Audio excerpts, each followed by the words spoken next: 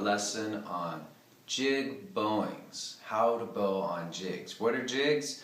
They're tunes in 6/8 time signature, so 1, 2, 3, 4, 5, 6, 1, 2, 3, 4, 5, 6.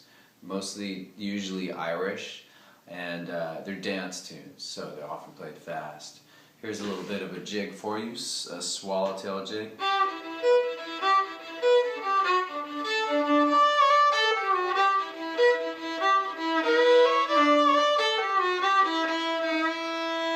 So I'm going to show you some ways that, say you already know a jig, that you can bow on it to change the texture, make it more interesting. And so I recommend that if you're going to do this video, you should at least know the D major scale, which I have another video for to teach you, and at least know how to slur, which is playing more than one note in a bow. Like open, in a down bow, I like open, 1, 2, 3. So that's 4 slurred notes. In case you don't know what the slur is, versus separate bows. So if you don't already know the slur, I have a video about that. It's specific to teaching that. I'm going to assume you know it and continue on. So to start with the basic kind of jig bowings, I just want to have a very simple pattern that you to play. I want you to play open, 1, 2, 2, 1 open on the D string, like.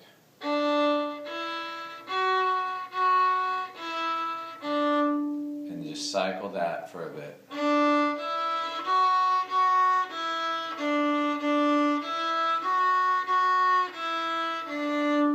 First 3 notes of the D scale, and so cycle that, get that in your fingers. Be sure to do that step, because then you'll be able to play it and not worry so much about the left hand. Okay. So the first jig bowing, which is very basic, is to keep them separate, to not add any slurs, but to have a strong accent on the first of every 3 beats, like.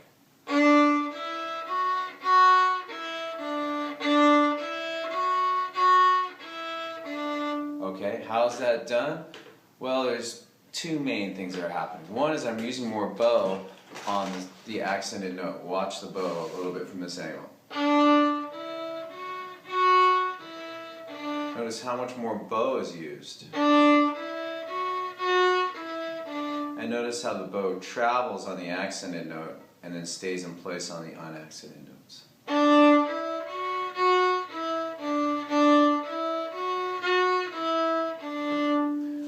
Another thing that can bring out the accent is to just add a little grit. A little bit of a press.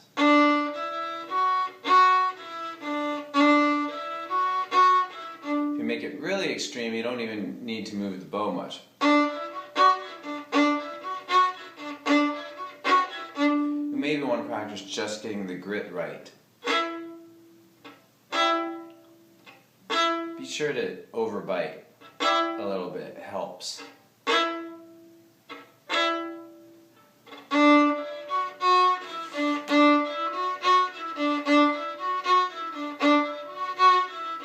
Okay, that's jig bowing number 1, congratulations. Maybe you pause it, practice that a bunch. Don't be in a hurry with any of this stuff. Just the more you can repetitively practice it and just enjoy that sound. Just do it over and over again until you're just like, at the risk of sounding like a hippie, until you're a one with that sound. Okay, that wasn't too hippie, was it? Alright, now let's see, the next bowing we'll do is slur 3. Okay, we're going to stick to our same simple pattern. We're going to slur 3. We're going to go down, open, 1, 2, and up.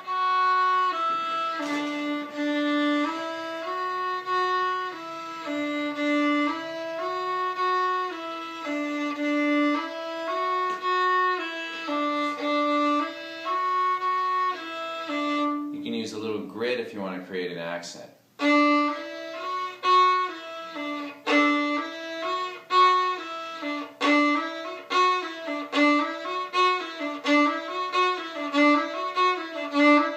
Or you can just do it with speed and bow length.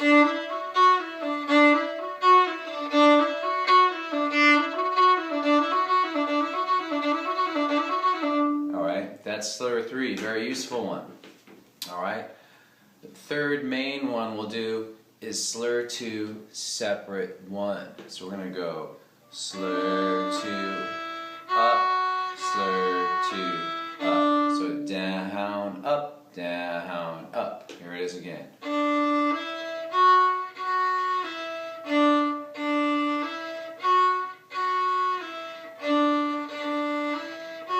Now this is one that's interesting because it puts the accent in a different place than the normal, the downbeat. It puts it kind of like on an and, on an eighth note. So you get this kind of cool effect. It's kind of like propelling forward. And then there's one that's a slight tweak on that, which instead of Slur 2, separate 1, is separate 1, Slur 2. And that actually puts the beat on the downbeat. So you have the accent on the downbeat. So that one would be down, up, down, down, down, up. A little air bowing there. Here it is on our same little pattern.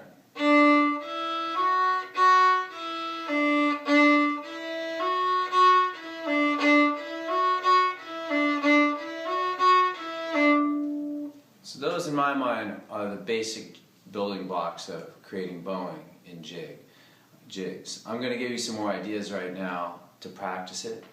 One is to take this simple little pattern, move it on up the scale, move it on up the D scale. So we'd have like, say we're doing Slur 3.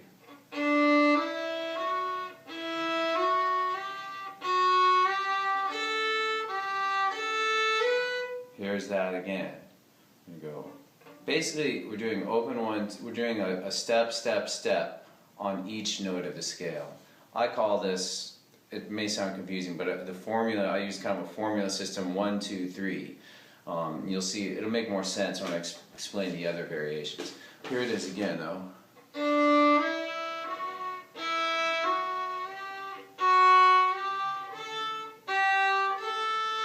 Do that one more time.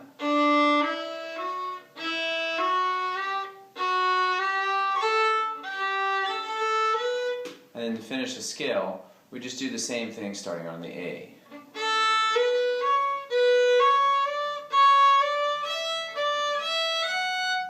Now going down, you can go backwards on it.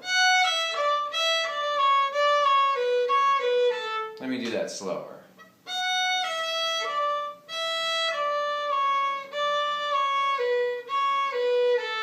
Or you cannot reverse the direction.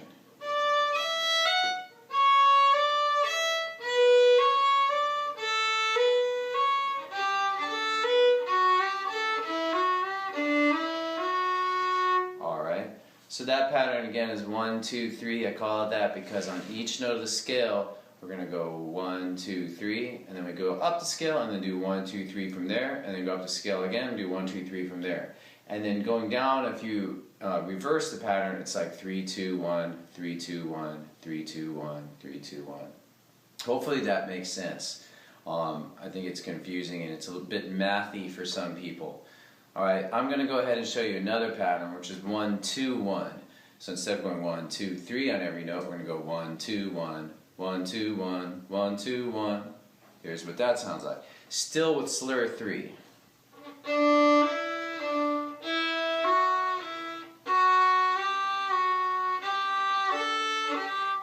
Here's that again.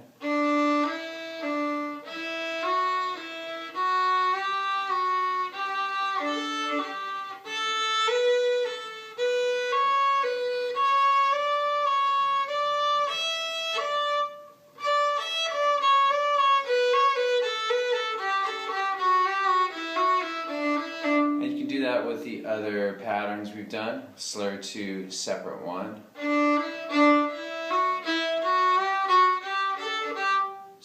Separate 1, Slur 2.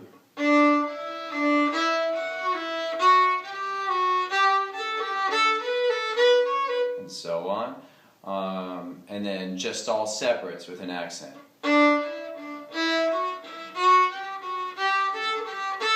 And so on. I'm going to give you one more melodic pattern to do over the major scale, D major in this case. And it's 1, 3, 1. Another way to think about it, know what thirds are. It's a type of interval. I don't want to get too much into it right now, but it's also thirds. So that one would sound like.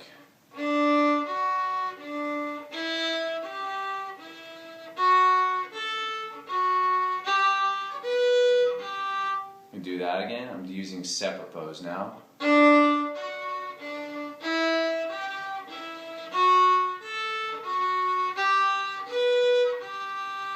Now let's try it with Slur 3.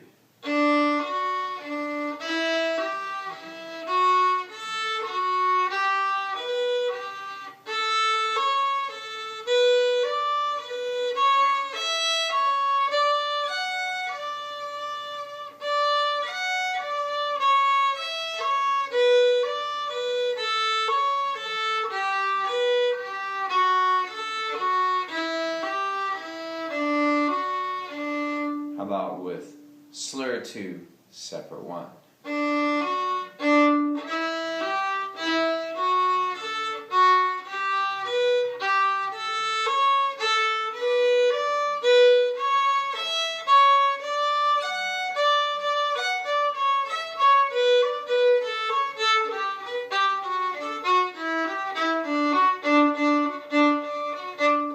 Alright, well that's pretty much it. Thanks for watching this video. I hope it was helpful, and let me know if there's anything I can do to make it more clear for future videos, and anything that questions you have that I didn't hit upon, just write me a message and I'll get back to you with an answer as quickly as I can. Okay, thanks again. Have a great day or a great night. Bye.